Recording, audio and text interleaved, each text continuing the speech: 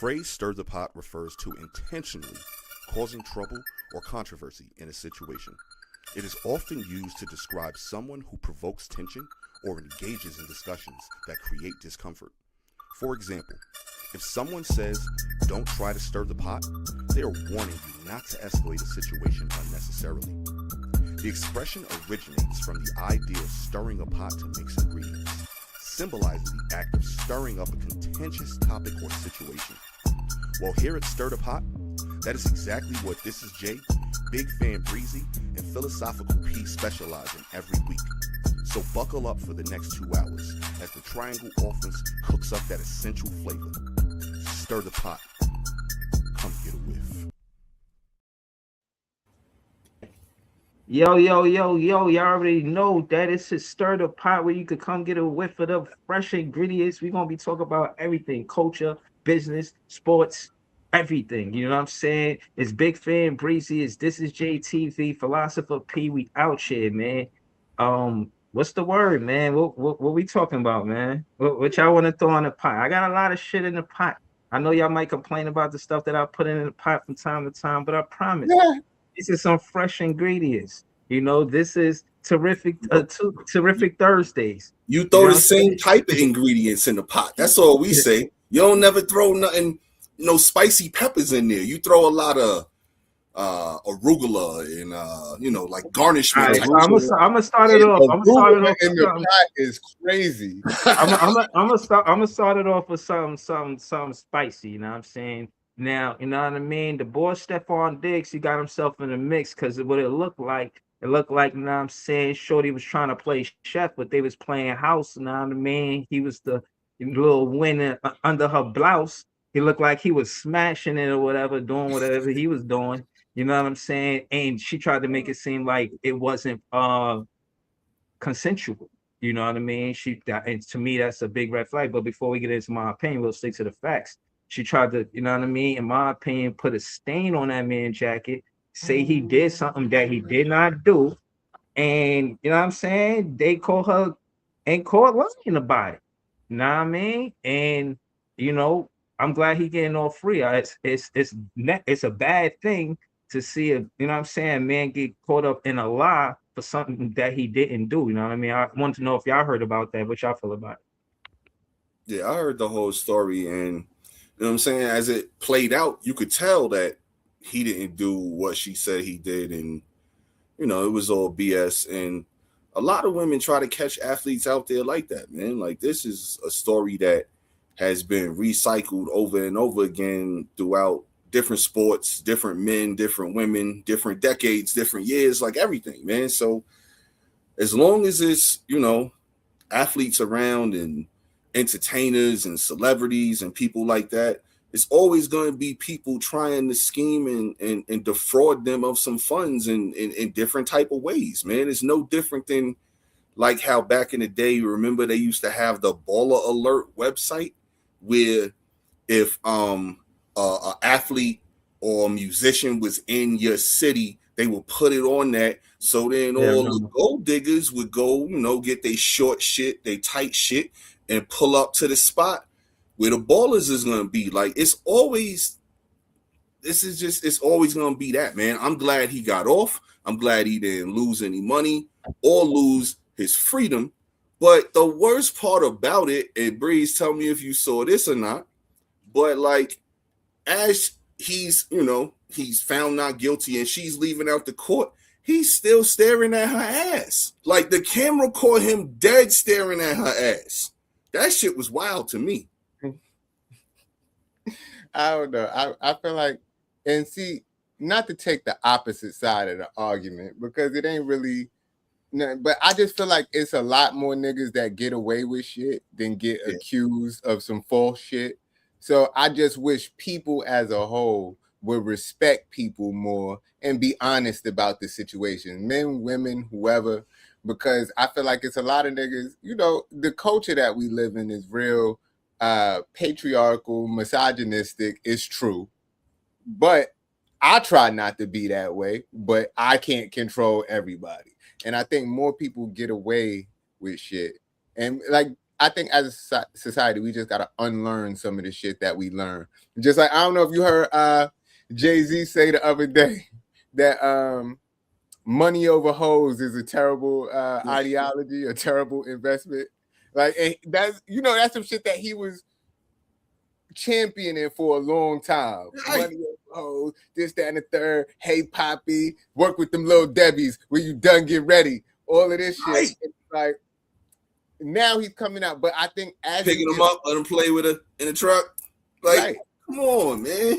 But as you get older and wiser, you realize everything that you did as a youth was not necessarily the best possible option of things to do. So, and while I still think money over hoes is not bad, money over a good woman, maybe not. Right. No, absolutely. And he could have, you know, at least said something, you know, about that while bringing that up. Like, since we kind of pivoted the Hove real quick, I'm gonna just say he looking real unfamiliar lately with a lot of the interviews he been in. And then also, did you see him last night after he left out of, you know, that glorified arena? Yeah, he left out that glorified arena after the game, and like they couldn't find his truck. So like him and his security was walking up the street, and he was looking like strange, like he ain't never been on 34th. You know what I'm saying? Like he ain't never been around there. And then like even somebody in the crowd was like, "Yo, relax, Hove. You in New York? You good?" Like I don't know, bro. Like he looking scared. Yeah, he was looking real. Let me see if I can find the video, man. Yeah, see if we can find video. Because listen, I'm not gonna lie. Me personally, when I get around Madison Square Garden, I kind of get the heebie-jeebies too. I told Breeze, like when I'm over there, it feels like I'm behind enemy lines. Glorified arena, man. That's all. Just the glorified arena. It feels like I'm behind enemy lines, and like you got to look over your shoulder a little bit. You never know what's going to happen. And I think Knicks fans are some of the most obnoxious fans out there. I saw the other day a dude had on I think it was a Maxey jersey or MB jersey after the game. He was just walking down the block. Of course, they booed him. No problem with that. Ain't nothing wrong with booing him until they try to rip the jersey off the man back. Now y'all are crossing the line. And then once you respond to one of them, it's 1,000 of them around you. And it just turns into a situation out of nowhere. And then there was a couple of like reasonable people out there that was pushing people back, like, nah, leave them alone, let them go. And they were trying to tell a man to go. But it's like, bro, why are you trying to rip this man's jersey off his back? Well, see, it wasn't even like that. They wasn't like trying to get at him like that. You see what they did to J.R. Smith? He looked like it was his first time in New York. Like, that's the face he had on. Like, all right, watch. I'll show you. They almost trampled J.R. Smith. Easy. Are we going the right way? To the side, to the side. Which way is this? Which way is this from? Are we in this car? You good? Oh, you're in New York. You good? He do look like Mr. Magoo right there. Easy, guys. Easy. Oh, right here. Oh, to your left. He said he was high. Shout to Kev. That's Kev right there. That's Kev from all Knicks and everything. Shit. Shout to Kev. What up, Kev? No, that's my cousin, Kevin. Like, that's your cousin. My bad. He looking real unfamiliar to me with a lot of these comments he's been making in the media lately. And now you walking down 34th Street, a street that all of us don't walk down millions of times. He looking like he was lost. Yo, bro, I feel like you got to see what was behind the camera.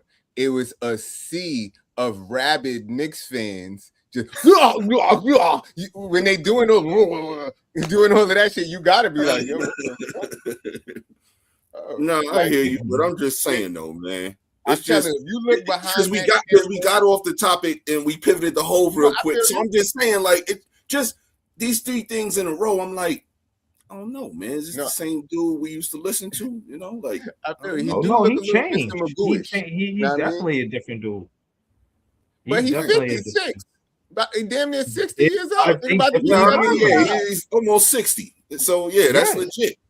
I mean, Right. but at the same time, you know, like, come on, we've all matured over the years at the age we are now and stuff. So, But his but bank account still, matured. I'm not walking down 34th Street looking weird like that. Yo, he looked like remember the episode of Sopranos when Junior was walking down the streets and he was looking all confused and lost? Yeah. Like that's how he kind of looked right there, man. He probably more comfortable in the south of France at this point. Mhm. It I was just think 34th that Street. It wasn't even NA Rock or something like that, man. Come on, man. Yeah, I think Right. he's I more think- comfortable in the south of France. And like I keep saying, the Knicks, the 34th Street before and after a Knicks game, bro, Oh yeah, it's like fucking, it's a zoo. like, it's like the Labor Day parade. It's like, like, Yeah. but it's just, you know, Italians and Jewish people and everybody there. I mean, it's like a multicultural affair. Well, I guess the Labor Day parade is a multicultural affair. That's exactly what it is. It's a festival of multicultural. Yes, I guess I was still right. But that shit is crazy. There be a sea of people out there acting stupid, bro. They be hanging off of fucking light poles and shit. Yeah, Everybody out there for content. They be screaming. that Fights shit be break crazy. out. They drunk. You gotta be looking like Hov. Like that was I a don't weird know, look. man. but- I don't think I'm gonna have that look on my face walking down 34th. Like if I'm walking down 34th in a bewildered. area I ain't never been before, then yeah, I might have that kind of look. Like where am I? What's going on around me? Mhm.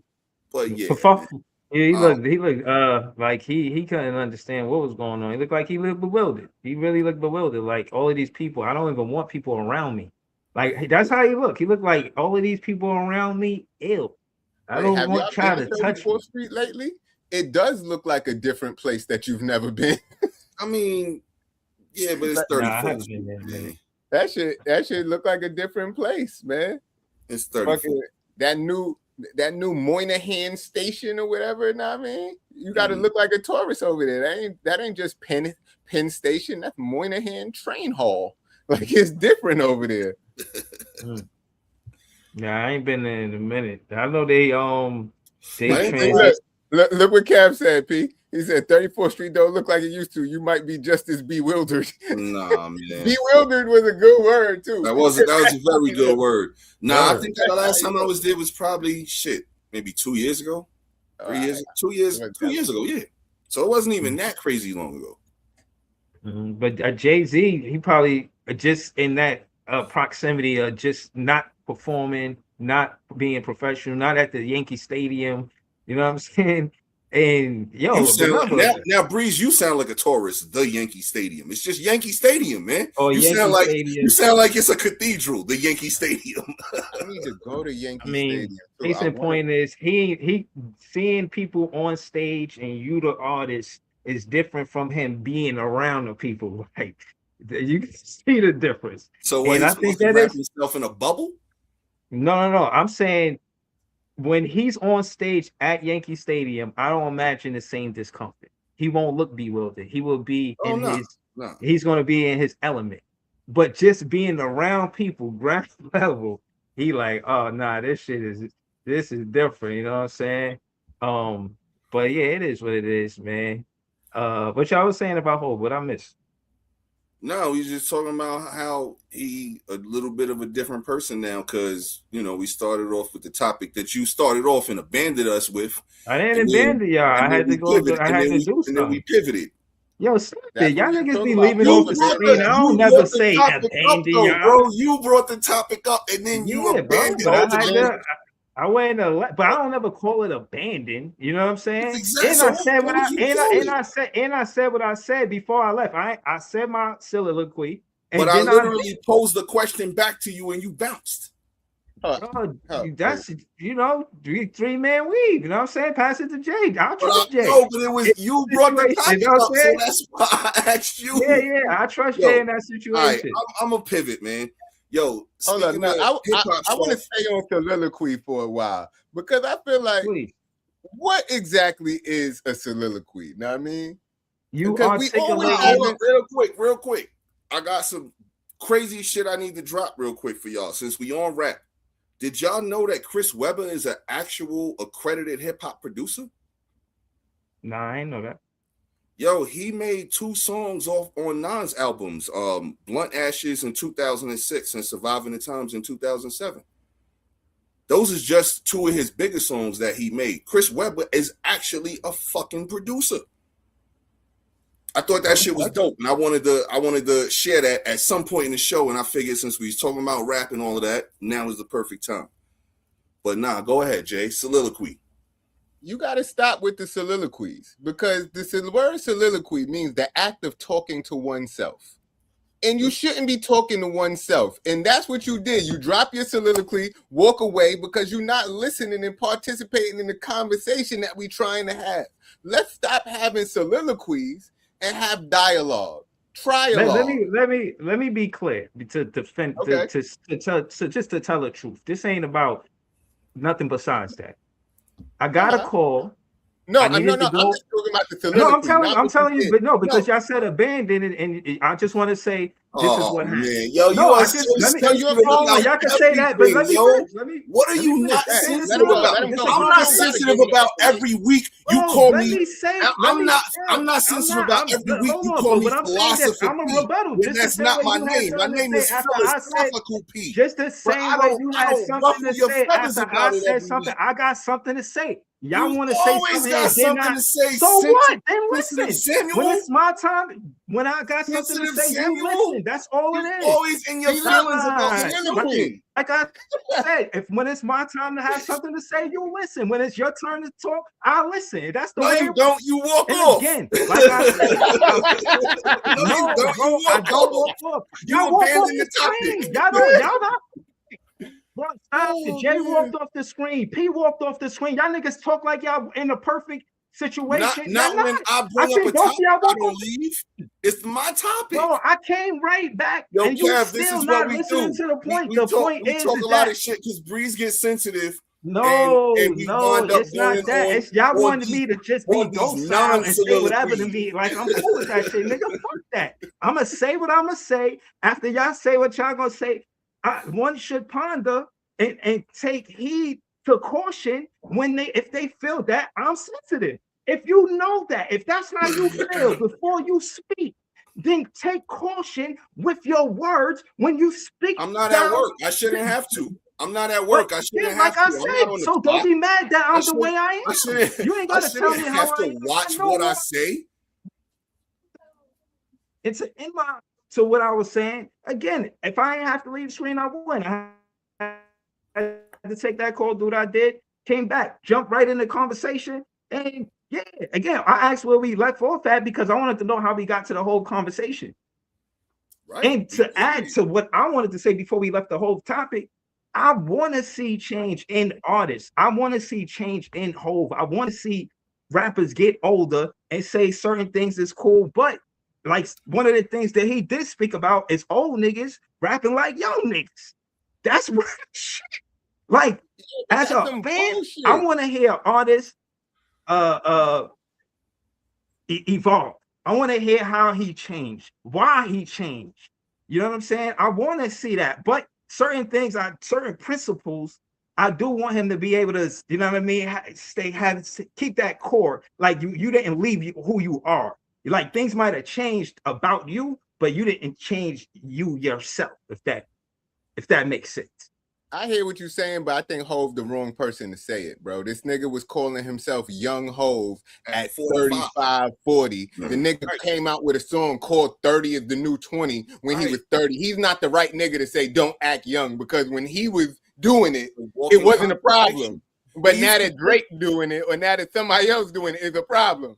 He used to take on anybody if it was a battle got a type, song coming at him. But Forever now it's Young. like it shouldn't be no battle Forever rapping. young. Right? I wanna be forever young. Yeah, bro, it's so. I don't know if he's the right man. messenger for that specific topic, but hey, he's Hove. He can do what he want, right? You respect the message, but you ain't feeling the message. That's I don't real know. shit. I feel you. So you happy now? We backpedaled for you. See, all I was saying, Bruh, I wasn't even I don't saying call nothing it. about See, you I either. left it alone. I'm not doing that. I'm just saying, you want us to backpedal like we Deion Sanders out here. Soliloquy. I'm just saying the term soliloquy It's don't ingredients seem in to the be pot. good. That's Anytime all I I'm say saying. anything, hold on. That's all he was saying. Ingredients, it ain't never backpedaling because of me, nigga. No, We went back to the topic that we left 2 topics ago.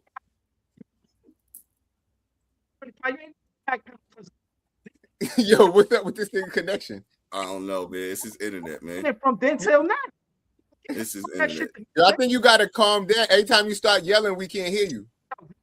Yeah, like I said, Facts. when it come down to my response, remember what y'all say before y'all say it to me. If y'all don't want the response that you know you gonna get, since y'all want to tell me what I am and I'm all of this, nigga, then you should know it. I don't expect a 7-year-old girl crying response. Nah, man. that's not what I'm doing. I'm not docile, nigga. I don't agree with everything you say. Just because you say, what, nigga, His internet on 34th Street. Ah! Yo, the comments is going crazy. Shout out to the comments. Shout out to everybody like, watching shit. I'm waiting for the topics, bro. I came up with a topic already. All right, so I'm waiting for the topics. So since we on the topic of nobody correcting you, you always want to correct us. No. I'm Please, not my saying name that. Don't is speak for me. That's what I'm saying. That's where you wrong at. Don't speak for me. Just say what your topic is. Not Don't speak for me. philosopher P. Do you Don't hear what I'm speak. saying Don't to you? speak for me. Speak for you. I'm not Caleb. I'm not Caleb Don't Wilson. speak for you. I'm not Colin Kaepernick. I'm not none of these other dudes. I'm Yo, that's a philosophy. fire name. Colin Kaepernick. Go Right, Kaepernick. yo, I'm not philosopher P, man. I'm philosophical P, man. I've tried to tell you this, but you always call me philosopher P. I don't know why, because you like to fuck niggas' names up. I don't know why, but that's what you do. Yo, listen, matter man. of fact, I made a hold mistake. up. I missaid it. It is. P, Now we know what it is.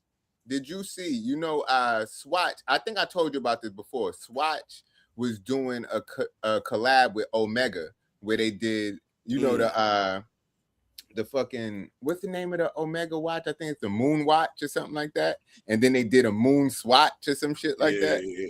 But now, fucking, they doing a collab with AP with the Royal Oak. They doing I think it's called the Royal Pop, and it's a Swatch AP that's coming out. I think they said May 16th or something like that. I don't know. I might need to give me a Swatch AP. Word. What's the price tag running on those? I don't know. I feel like they're going to be similar to the Omega collab, which those was between $300 and $500. So not too bad, especially not for Omega. Yeah, it wasn't too bad, but it's not the real Omega. It's the Omega in a Swatch. So you know they're using like Swatch materials, but the Omega design. And I saw people like taking their joints and getting metal parts put on it to make it look more like the original. And I'm sure people going to do the same thing with the AP. But it's the Royal Oak. But that shit, it looked fire. I was like, what the fuck? Word, that shit is dope. And I did bring up a topic though too, y'all, about the Chris Webber thing.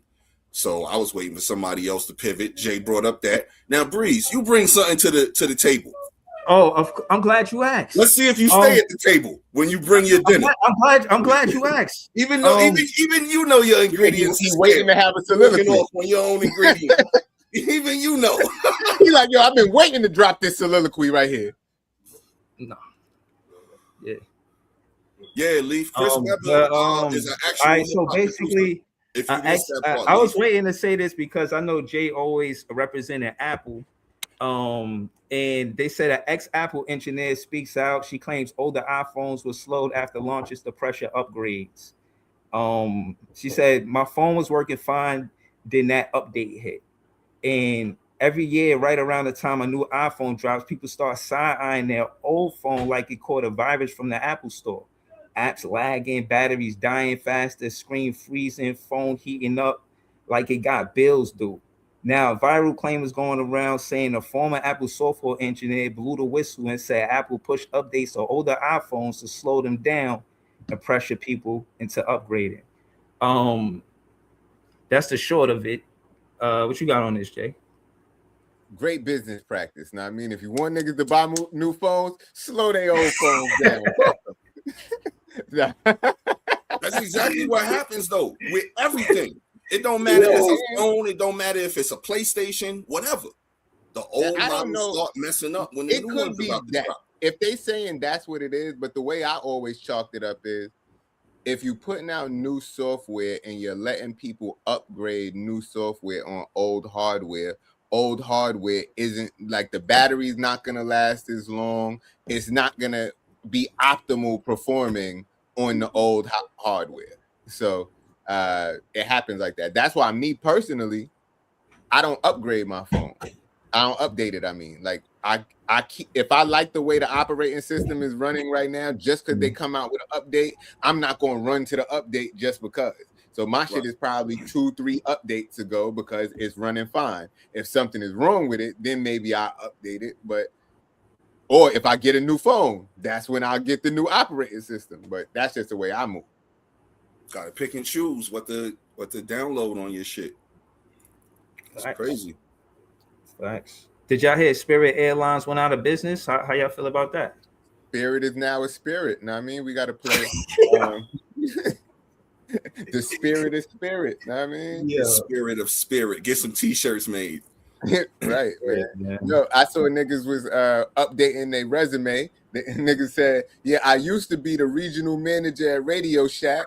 Then I got promoted to the overseas director for Toys R Us. And then I was like the CEO of Spirit. Know what I mean? Right. And now that's it. I need a new job now. Know what I mean? So you can update your resume to all of these companies that's out of bit. Who they gonna call to verify this? Know what I mean, you could be whoever you wanted to be at that company. Right. You got nobody to really contact for real like who that. Who they gonna call? Right. That's facts though. That's facts. Jay just might have found a loophole in the system right there, man. But if somebody do show up with a resume with those three positions at those exact companies, like, I don't know, I might look at them and be like, if I'm the one interviewing them, like, it's ironic that you worked at 3 places that I can't verify nothing. You know what I'm saying? Like, that's crazy. That's real ironic. What's the odds of that? You know what I'm saying? Like, I'm not saying I'm not saying I smell something here, but you know, maybe the air freshener ain't working properly right now. You know, like, I don't know, man. Hopefully, I have a new beginning at this fine establishment here because I've been having a tough road, as you can see. You know what I mean? I'm just trying to find a forever home. Right. But I heard that. I did see that the people are trying to buy it back. Yeah, I seen that. Trying to make something happen. So we'll see how that all plays out. JetBlue. Yo, the worst thing. Yeah, I heard they turned down 90%. The government was going to buy it, and they turned it down. The worst thing about all of this is they don't even have no severance packages or anything laid out for nobody. So these people have no job with nothing. They got to figure out how to file for unemployment ASAP. They were operating at a deficit for like the past 14 months, I believe. That's and they was moving for that bailout. Yeah. So you know, Breeze, that's what happened, right? They was trying to get. They was waiting for a bailout from the government. But I heard it was 90% Fed that was going to own it, and they didn't want it or something. Shit, I thought that was the offer. No, it was a bailout. Where they was going to combine JetBlue and Spirit together, and then they was going to bail them out together, and they was going to have to merge. And Spirit seemed to have turned that down, and JetBlue still has a couple months of operating course left, but it seems like they're heading down the same path because they in the red and been in the red as well. So I don't know. JetBlue might be next. And then I saw it's a few people trying to buy Spirit right now. There was a black guy that's trying to buy it. He raised some money, and I thought it was interesting. I was making the joke it's going to be Soul Plane because it said it was a 29-year-old black man that was buy it. So it sounds like Soul Plane to me. Hopefully it don't, man. Like, yo, so you wouldn't fly Soul Plane? I fly Soul Plane. I don't know, man. Me personally, Soul Plane looks like a dope ass flight. I don't really fuck with the movie because I think it did a terrible job of representing us in certain ways, man. I'll just put it that way. It was a joke. I know, but don't give some of these motherfuckers ammunition for no reason. Man. Right. But you know what? So then, how you feel about the Chappelle show? Because that's why Chappelle said he stopped. See, I thought he was equal opportunist. I thought everybody got it. You know what I'm saying? Every race. I thought he was just Because the Yeah. Chappelle show was a dope ass show, and I agree with you. But he said the reason why he stopped doing it because he was hearing other white people or other races tell his jokes and make them racist. And he wasn't trying to necessarily be racist, but he was like just being. But yo, he talked drinking shit the about ice. every race though. So I mean, Yeah. you gotta understand on some level he had to know what he was doing, bro. The race draft. Come on, man. That Yeah. wasn't I think, racial. Like, come think- on. yeah. But That's it's not that it's Break not Ice racial. He wasn't trying to be racist. Like he was But trying to but be funny. he was hella stereotypical. But he was hella stereotypical at each Mhm. race. So that's True. comedians, they get that pass of Mhm. being able to say certain things and not because of artistic expression. That whole Right. thing. Right. But when they start feeling a certain type of way, yeah, they definitely need to stop because then they can't do what they were You doing can't at their control it. best.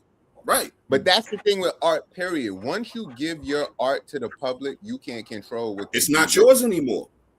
It's Right. it's the people's. Like, So they can, once you give it, you can't control how they consume it, how they like to consume it, how the think pieces they put after it. It's out there. right. It's no longer yours anymore. It's literally the people's. Like, because especially if you think about it, now they have purchased it in some type of way and invested into it in some type of way. So if they own a copy of music or if they own a copy of a movie or whatever, like they feel like they own that copy and they can now do whatever they want to do with that copy, which is what they can. Facts. I gotta love what Chappelle's show did for the culture and just even his movies Half Baked. There was a Spanish guy, a white guy, and a black guy living together. Just in that, you know what I'm saying? He showed that he embraced diversity. I would like to say, huh? It was two white guys.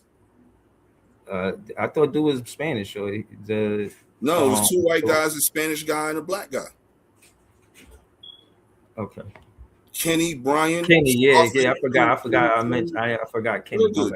Yeah, how could you? He was like the main kind of character because he was in jail and was trying to get him out. How could you forget about him? Yeah, but still, it shows the diversity. You feel what I'm saying? And the guy on the couch. It was three white guys in the house. The guy on the couch. That was his real name. When you see the credits roll, it say the guy on the couch.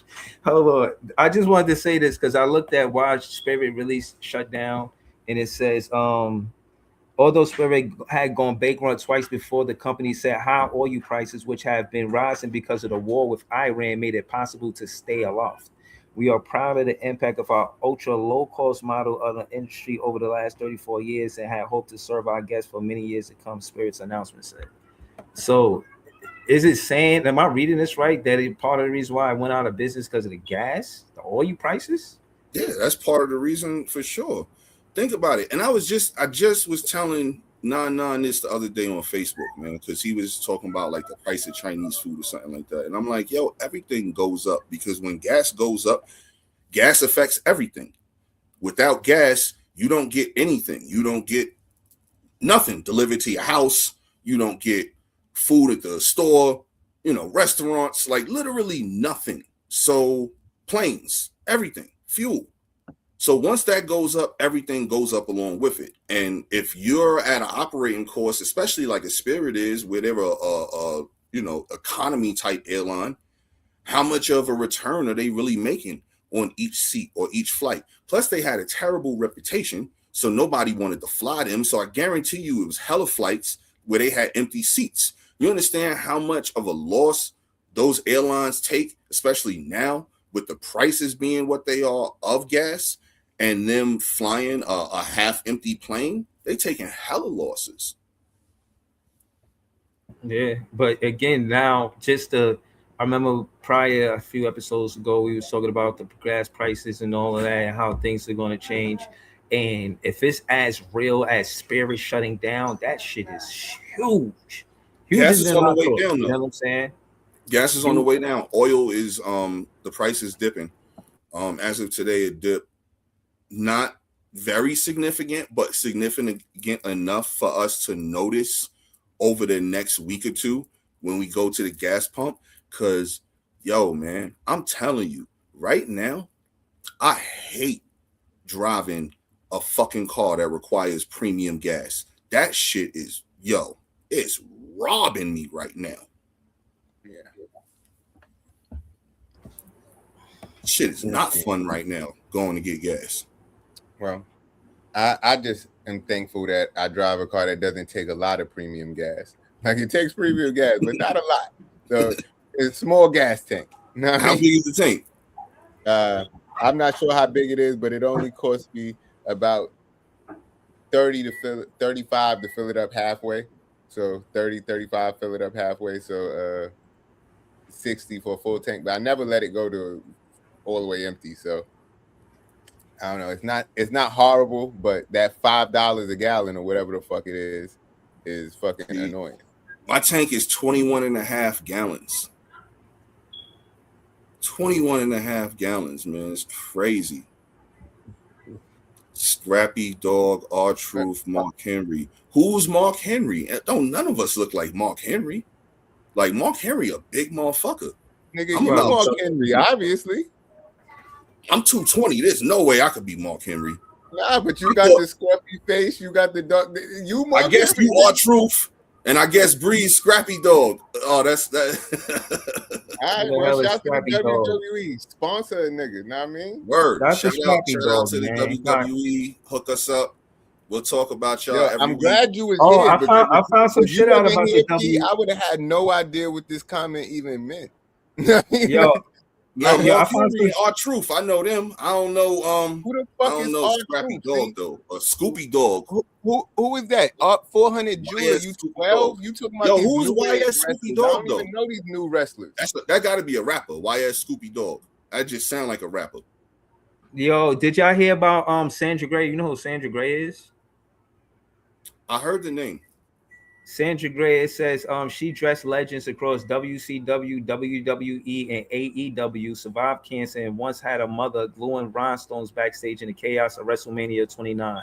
From a life-changing bingo prize to backstage heartbreak and an unexpected bond with MJF, Sandra Gray's story is stitched deep into modern wrestling history. The camera really caught her, but what happened behind the scenes is something more fans should know. She was the seamstress. Sandra Gray is the only seamstress to work for WCW, WWE, and AEW, and almost never got the spotlight. So all of the costumes these wrestlers are wearing that you like, she's the one behind the scenes putting it together. So salute to you, Sandra Gray. That's really dope, and I should acknowledge you. I'm gonna try to do a fan of the people episode about you, dead ass, because that's fire. No, that's definitely dope. Well, you know, without the She a black woman, I gotta say that. Shout out to Sandra Gray. Shout out to black women. Word. Shout out to Mother's Day. Shout out to Mother's Day. Mother's Day is coming Word. up, Word. and I feel like a scumbag because I ain't get my mother nothing yet. I gotta make a last minute. Still got time, scramble, man. I There's still a couple days left. I got time. mean, last minute scramble, Hail Mary. Yo, man, that's the beauty about Drop deliveries, man. Is that stuff. I gotta The beauty scramble about like deliveries, Randall you with order mine. something now, it's there But the tomorrow. only thing about these numbers, fam, we back to home again, man. But I gotta it's swim. tomorrow. That shit is there tomorrow. You order it today. Like that's the beauty about where we are at now when it comes to stuff like that. But shout out to her and shout out to all of the backstage people in anything, man, because the backstage people are the people that make anything run, especially when it comes to like shows that have a lot of moving parts and a lot of performers involved. So people don't, they don't ever really get their credit, man. And without them, the show does not go on, man. Yeah, you know who I think a movie, wrestling, it don't matter what it is, man. You know who I think was smart with that? Michael Jackson. Like the Come Into America video he did with Eddie Murphy, the dancers, they in the background, but they got the choreography of what they did in Coming to America. The Thriller, he did that with all of the background dances, and like he knew how to bring the background to life, make it part of it. You know what I'm saying? Like, so yeah, man, shout out to that because they're part of greatness. I said all I like to say that the background is part of greatness. Just because it's like the glacier and the iceberg. Like you don't see the glacier, you just see the tip of the iceberg stepping out the water, standing out the water. But you don't understand under that water, it's a big block of ice. So yeah, man. Shout out to Sandra Gray, man. You dope. Word. Okay. Yeah. I'm Yo, still on y'all my seen shout out. Speaking of shout outs, real quick, shout out to the owner, CEO of Chipotle. Did y'all see what his statement was? Oh yeah, put a little more on that He thing. said he encourages his guests to ask the workers for more food. That shit blew my mind. So shout out to him, man. They got rice, Man, beans, did corn, they get the memo? I Well, feel like that's what I'm saying. Like, you tell them, like. So in the next time, if somebody try to get you when you tell them, be like, yo, your boss told me to say I want some more, man. Some more. But what they gonna say? Rice. I need to see this. Where did he say? And I ain't gotta feel like I'm trying to convince them before I'll be like, send you the link, bro. Like, yeah, seriously, I seen that too. But what I'm saying is, before he said that, I would go in Chipotle and I see they put the little scoop, and I just try to, like, yo, put a little more corn on that. You know what I mean?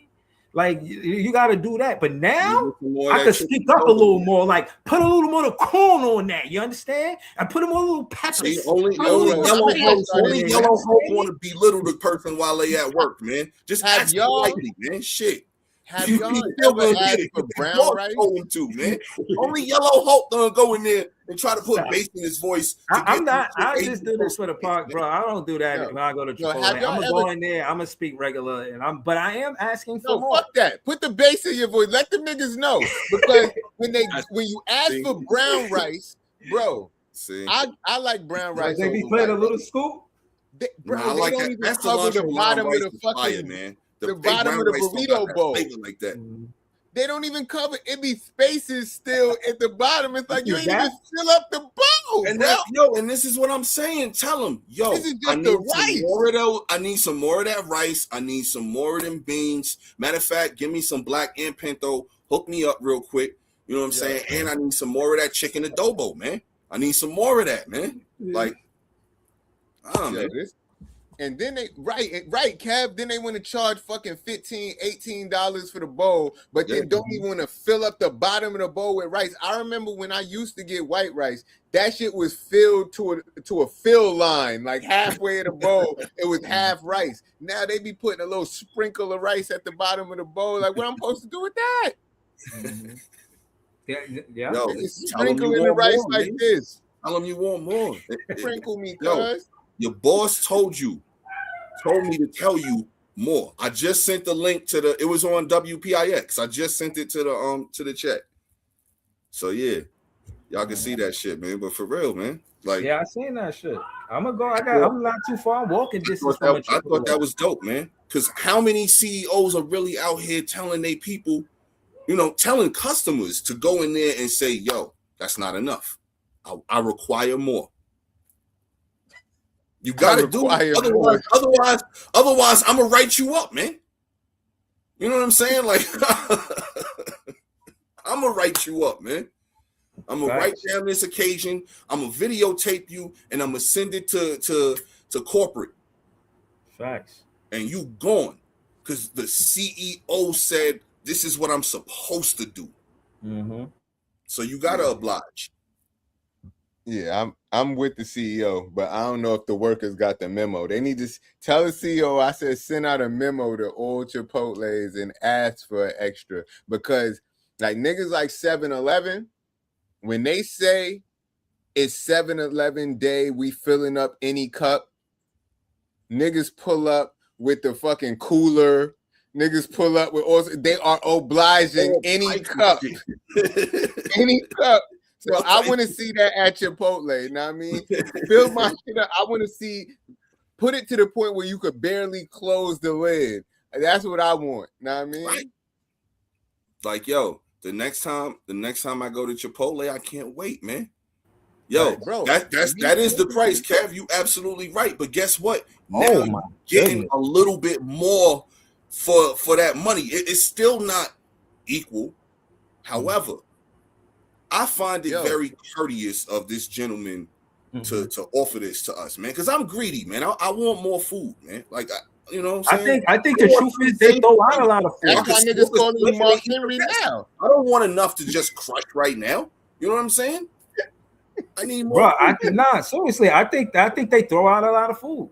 I They think the absolutely do. CEO We was talking about knows. this a couple weeks ago, man. Yeah, I think he knows that they throw out a lot of food, and he can make. I think watch the surplus, watch the next quarter or whatever. Like they're gonna make money because it's summertime. People gonna want to eat. This is you probably get lettuce, tomatoes, rice, and beans. This is probably the best place to get this in the fast food chains. You know what I'm saying? I think I prefer Qdoba honestly over Chipotle. Man, y'all niggas ever had kava? But it's up there, even if Yeah, it's I like Kava.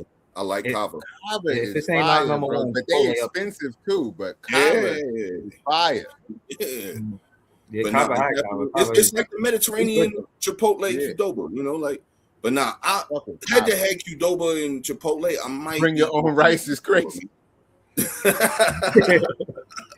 Otherwise, you ain't getting enough. Yo, I'm telling you, Claude, you just got to tell him, yo, your boss said that I need more rice. It's a requirement of your job now to oblige when I ask for more serving.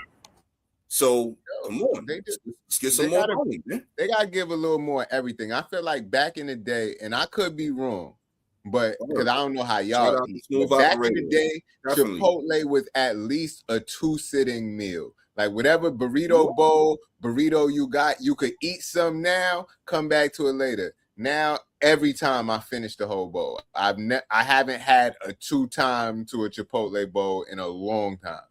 No. But now, your wildest dreams might be about to come true again. And hold on, let me tell you, We got to the recap secret this sauce the at next Chipotle. time all three of us go to Chipotle and see if, you know, how those servings was. Bro, when you go to Chipotle, if you have not done this yet and you do it just one time, and then come back to me, get the salad dressing, bro. The vinaigrette. They got a vinaigrette. Put that over your bowl. It's like a lime something vinaigrette. Shit is fire. It is literally the best thing they got at Chipotle, but you wouldn't never know that unless you got a salad. But don't get a salad. Just ask them for the salad dressing and sprinkle it over your bowl. I That don't shit think I is could do fire. a salad dressing on a bowl. I might get the salad dressing on the side, and the next time I have a salad, use that for a salad. 'Cause I'm an avid salad eater. It's just extra seasoning for your bowl. That's all it is, bro. Get the salad dressing. It's I'm a a traditionalist, man. It's a something lime vinaigrette. It's gonna add. I like the spicy. I like the spicy. No, the get spicy, that shit too. Salsa and all of that shit. So No, get that I don't know too. if that seemed Get like that it was too. offset the spicy. Get that too, but it's gonna add like a vinegary kick to the bowl. It is immaculate. I'm telling you. If you have never tried this, try it one time. I might do it and and then spoonful first. do a spoonful first and then see what it tastes like. And then you're gonna be asking for an extra. Like, give me another one of them vinaigrettes, yo. Yeah, tell them give it to me in a little side cup, man. They do. That's how they give it to you. That's how they give it to you. What was that other fly shit you was talking about? We should get. You said that D put you on some type of raspberry on a biscuit or some shit. At fucking see, and I don't know how this nigga figured this shit out, bro. But at fucking Red Lobster, you go to Red Lobster where you get the cheddar biscuits. For some reason, I think with they cheesecake, they got a raspberry sauce. You ask for the raspberry sauce on the side, dip the cheddar biscuit in the raspberry sauce. This nigga D invented that, but that shit was fire. I was like, why would I get raspberry sauce with a cheddar biscuit? But I tried the shit. That shit was dumb good. And you gotta be. I'm gonna try that. See, the only time I'm going to Red Lobster is if they got the endless feast shit and all of that stuff. And the shrimp and all that. They food is like, yo, we was lied to as youngins, man, and told that Red Lobster was this magical, mystical place. Man, that shit is Applebee's, man. Yeah, it's Crabblebee's. All right, man, that shit is not like, it ain't nothing. Like I know me, I would see those fucking the tower glasses that you know they would get the adult beverages in, man. I'd be like, yo, man, it's got to be a fancy place. You know what I'm saying? Hell no, ain't nothing fancy about that shit, man. I would say the biscuits is the only difference between Applebee's and Red Lobster. You know what I'm saying? Seafood, that's it. It'd be a fucking war if they try to take them cheddar biscuits from Red Lobster. Yeah, the biscuits is still fire. And when you buy them from the supermarket, they not the same. Hold on, I want to ask. Making I the want, thing. I Well, want wait, to you ask. talking about the ones to make or the pre-made ones? Both. Nah, I don't know. I like the ones you can make. Like you could get them shits, especially if you Yeah. throw in the right cheese in there That's to a fact. mix the batter. You got to throw the right cheese in there, man. For sure. I made those at home, and I made it with grits. Like I had grits, and I ate the grits with the cheddar biscuit. Yeah, that Bruh, sounds good. That I'm sounds winning. good. I'm winning. You gotta throw some. You gotta throw some fish up in there or something, man. You got if you doing the grits with the biscuits, you gotta have like a nice piece of fried flounder. Yeah. No, I had a catfish. I had a Fuck with catfish. catfish. Yeah, I like catfish. That shit fishy, man. Yeah, I like whiting, but I don't think bro. I had whiting with it. It was catfish. I like that freshwater fish, man. I can't I can't fuck with catfish. That shit got to be cooked right for me to fuck with it. Yeah, not facts. Yeah, they could get that fishy shit out. Like certain people could do that shit, but not most people, man. Most people that shit tastes like some unfortunate plantation food, man. Oh man, You know that's what the fuck they used to feed us was that shit. Mm-hmm. What I wanted to bring up was I just seen something that said 933 million orders. DoorDash just had its biggest quarter ever, as people say cooking is officially dead. Now, I don't want to say that cooking is officially dead. I do think that in certain places, people are beginning to make it a normal thing to order food, and they are doing a lot of DoorDash. They are doing a lot of, you know what I'm saying, fast food services, but to the point, DoorDash. And yeah, since COVID hit, people have been DoorDashing, more and more on a regular basis. But I don't think cooking is dead. I think cooking will always be something that's a normal thing. I don't think cooking will ever go out of style. I wouldn't go that far to say that just because they have a good quarter. Cooking is not dead as long as Vibe with Shay and Cooking with Kaya and the rest of these internet chicks that be cooking half naked. As long as they putting out recipes, you know what I mean? Cooking ain't never dead. You know what I mean? They putting out recipes. I wasn't expecting that. They putting out recipes for real niggas to look and see these mashed potatoes, the roast beef with the carrots is easy to make, and you can watch these yams while you see the recipe. Oh man, I knew the yams was coming somewhere. I knew either a yams or a buns reference was coming. You know what I'm saying? It's there for you because cooking is not dead. I don't know what's happening, but I feel like there's all of the OnlyFans girls done turned into cooks on the internet. That's what it's looking like on my timeline, but maybe my algorithm fucked up. I don't know. Maybe it's yams and buns on your algorithm. No, but it's not that. It's not that. It's just like fucking like people just half naked. It's the fact that they half naked and cooking some shit and showing you the plate like this. But why is that the new thing? I don't know. To me personally, it seems very unsanitary because you're supposed to be clothed when you cooking, especially like body hair, whatever. Like I don't see how niggas eat wings in the strip club. Like I'm not. Yeah, exactly, man. Ordering food in the late great Bernie Mac, man. I don't want your public hairs in my pasta or whatever, man. You know what I'm saying? Like keep your public hairs food in the strip club is wild to me. And this nigga Joe Buttons is the weirdest nigga in the world because this nigga said he orders chocolate cake and milk in the strip club. What the fuck? Like chocolate cake and a glass of milk. With a glass of in the strip club. Who the fuck does that? I ain't never seen that shit before, yo. That is some different shit. But I do think some shit like that would get the strippers' attention. So maybe that's what it's about. Because me personally, I don't go to the strip club much. But one thing that I do when I'm there, I give the strippers the money in their hand because I respect them. I don't throw the money at them. You put it in my hand and look them in the eye. $1 and rub it all over their body for $1. I just like, here you go. Here. And they have conversations. I'm not doing it for the conversation, but I give them the dollars like a normal person. Like, here you go. Like you was paying for something at a store. Over the counter. Yeah, just give them the money. Here you go. Like you ain't gotta hit him in the back of the head with it. Well, nah, I didn't nobody talking about that. But come on, you been to the corner store before? Yo, pop, yo, man, I got a slide. You throw the dollar down for the drink and roll out. You did that before. Exactly. But like I said, like Hove, I've grown. So you don't do that no more? Now.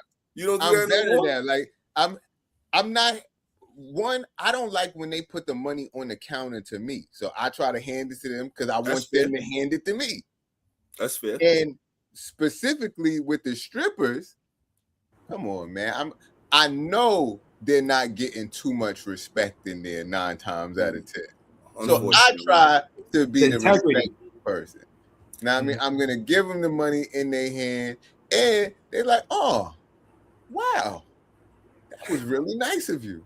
Yeah, so let's go full circle on this real quick. And for some of them, I take a conversation over the lap dance. Like before you start twerking, so you give them $20 for a conversation. Huh? You want to know the person. It depends on how good the conversation is, and it's going to come $1 at a time.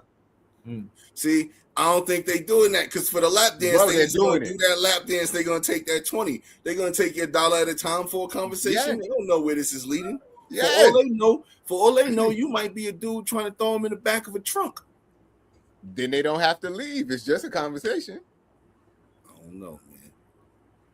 I'm telling you, it works for me. I don't know about other people, but I never heard a conversation over a lap dance. That's a new one, bro.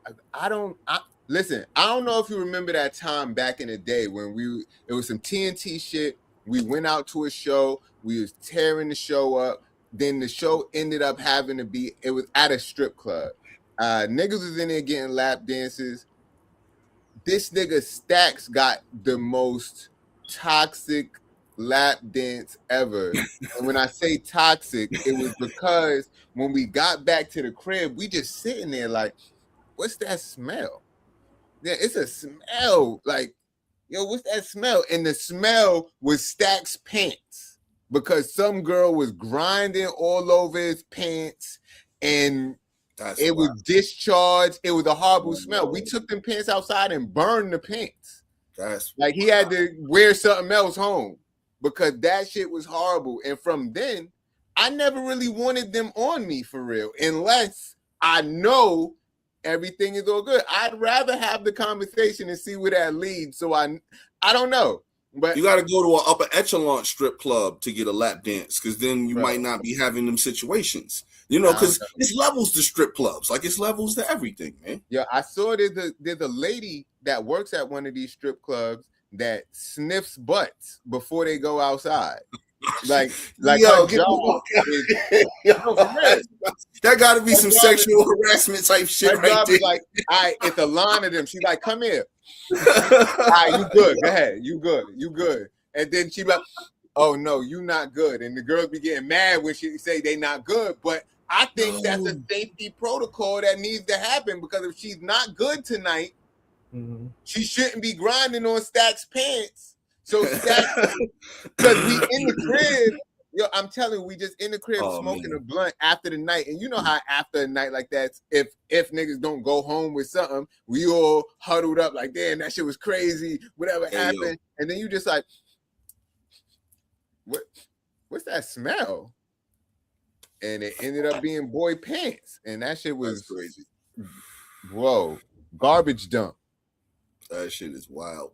Yeah, that shit traumatized me. No, I feel you. But what I was gonna ask you though, full 360. So you were saying you don't like when you go to the store and whoever's behind the counter put the money down on the counter. Yeah. So that's why you don't really like to do it to them. So if a stripper threw money at you, how would that make you feel? What the fuck would she be throwing money at me? I don't know. I'm just asking. Like again, full circle moment. I'm calling her boss. I mean, I'm calling her boss. Why fuck she throwing money at me? Like fuck it. You throwing your cash at me? Fuck it. Nah, it ain't fuck it. It ain't fuck it. That is disrespectful. If she throwing silver dollars at you, maybe, but you know what I'm saying? That shit might hurt a little bit. Nah, it is disrespectful. I'm taking it. And she's a woman, so I'm not going to take it further. but I'm calling the owner of this fine establishment to see why this is happening to me, and she may get reprimanded. Man, I'm picking them dollars up, man. Nah, I'm picking them dollars up. If a stripper throws some money at me, I'm picking that shit up, man. nah. If she Thank you for your contribution to my evening. I appreciate you. Nah, if she wants to throw dollars at me, she can buy a fucking drink or something, or she don't throwing the money at me, and I'm not the stripper is crazy. That is crossing the line. You're gone too far, Biggs. Yo, Breeze, if a stripper threw money at you, what would you do, man? Especially singles. Like if it was maybe if she threw a handful of 20s, I'd drop my pride. But if they saying right, like come on, if it's a handful of hundreds that she's throwing, okay. But if it's singles and she just hit me in the face with a snowball, now she gotta ball them up though. Like, yo, nah, wow, right. A snowball and singles hit me. Nah, she just tossing the bread. Right, Kev, exactly. Breeze looks shook. Yeah, I'm gonna walk away. I'm gonna say this place not for me. Oh, why the fuck did she throw him? First of all, that's the opposite of like what about if you walk in Chipotle and Chipotle man ask you for an extra scoop? Like, no, that's not how this is supposed to go. I'm picking them dollars up. And I'm coming home and be like, yo, honey, guess what? Stripper threw money at me. Word. I got a couple dollars. I bought a couple dollars home. You know what I'm saying? That sounds like a start to a promising strip club career. They go like, my name is DeMarc Henry. I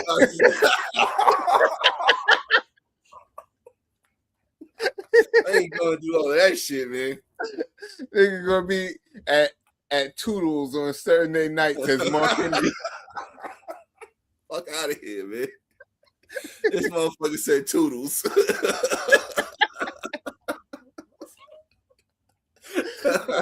I couldn't think of a good strip club name. Toodles. Oh, man. Yo, Bree's gonna have to soliloquy and dip.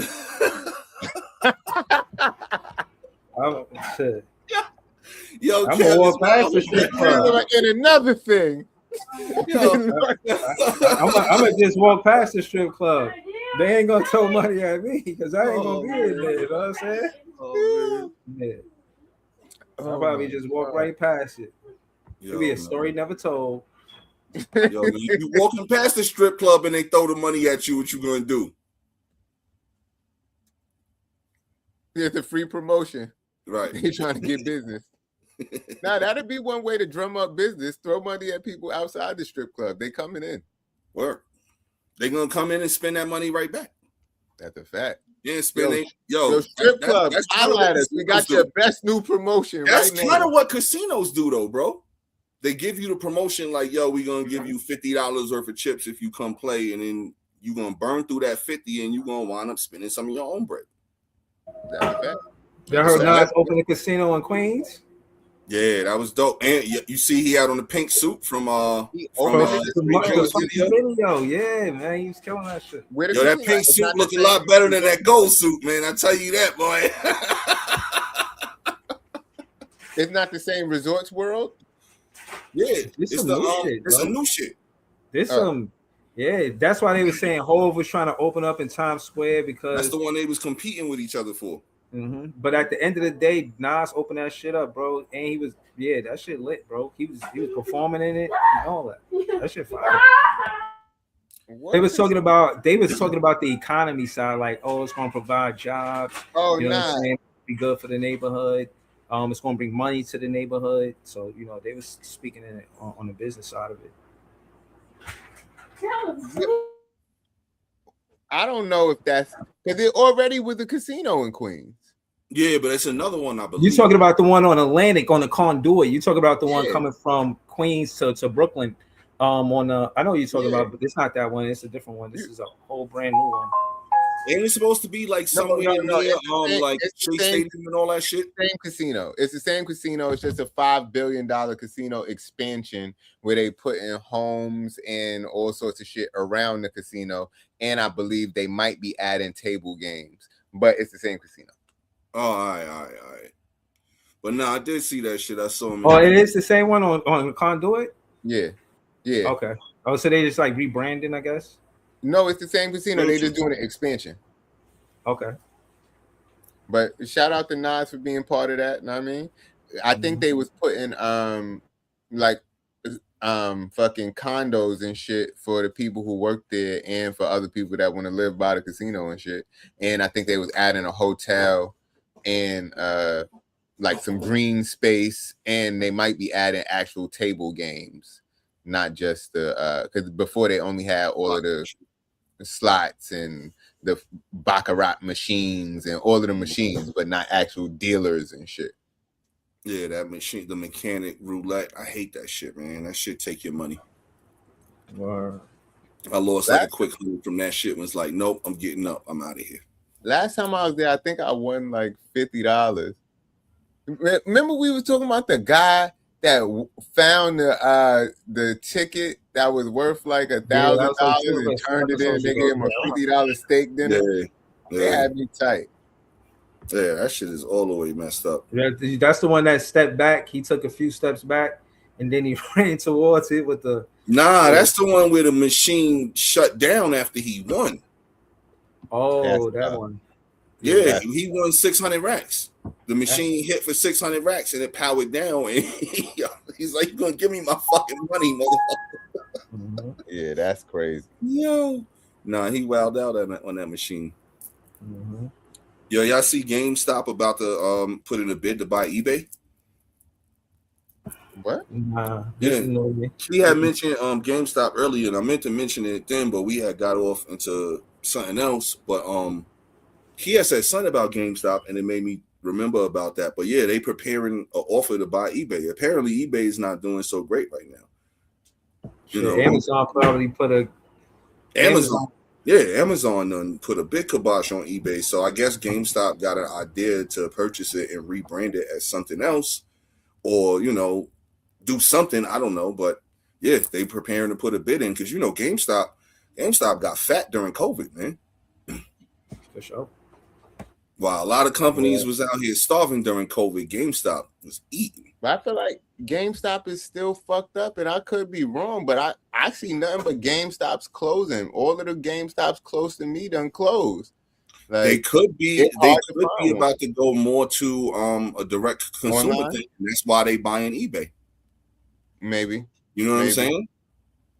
So that could be the strategy right there, because that would make sense. Because the brick and mortar, if you really think about it, brick and mortar businesses in general are down all across the board, unless it's something that you can go and really be interactive with. Now, if GameStop was smart, they would rebrand their brick and mortars to have more games, how shit used to be back in the days in the store that you could go in there and play. Then that shit would revive the brick and mortar locations, but they haven't done that. Nobody probably thought of it. If they did, they probably shot it down in the boardroom, but that would have been an idea to do that. But everything is going to, everybody just wants to press a button on their phone or their laptop and have their shit come to them in a day or two. That's how most people shop. Because fuck GameStop, because I ordered the fucking Invincible Versus from GameStop. It said it was in stock, said come get it. I went to the store to get it. They did not have the game in stock, talking about all of them was pre-ordered. Yeah. So they stopped. If you would have ordered it online, you would have had it. It would have came to your house. I did order it online. No, I'm saying like if you would have ordered it to have it delivered, not if you would have cut the brick and mortar out. Yeah, fuck GameStop. That's what I'm telling you, bro. That's what every business is trying to do, because Amazon is so ridiculously successful that brick and mortar, business model. It's only certain things that people still go to the store for and have to like buy.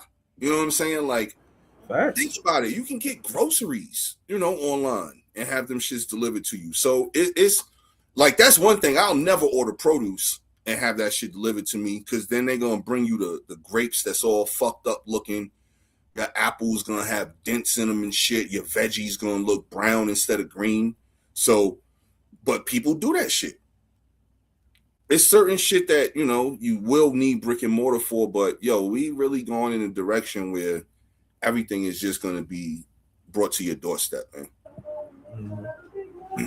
They was talking about the power of apps and Motherfuckers how is lazy, man. That's what basically what it all boiled down to is motherfuckers is lazy. Yeah, fuck all that. Yeah, I want to go get my shit. I want to touch it. I want to feel it. I want to see it. tangible. You know what I'm saying? Like, I'm not saying I don't buy shit online because I do, but nah, man, I like to go into the store and leave after I spend my money with my purchase. I only buy the shit that I have to buy online. Right. But Right. fuck all that. I hate that online shit.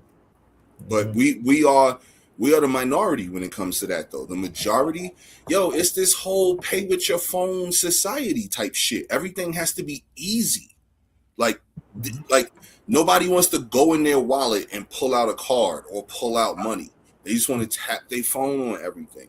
Like nobody wants to go through the hassle of going to the store and spending time doing that. They rather sit in their bed or on their couch, scroll on the phone, and just buy the shit that way. Like, it's just, we live in a lazy fucking society, man. Yeah. It's just getting lazier and lazier. That's the sad thing about it.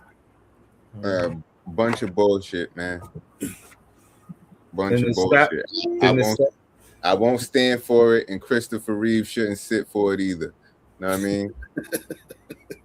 Some bullshit.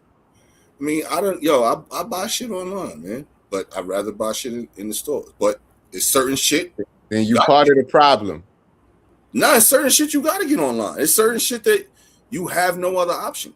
Yeah, no, that's the only shit I get. Like, if it's sneakers that's coming out, you're not getting them in store most of the time. They're not even gonna make it to the store because they're gonna sell out online before.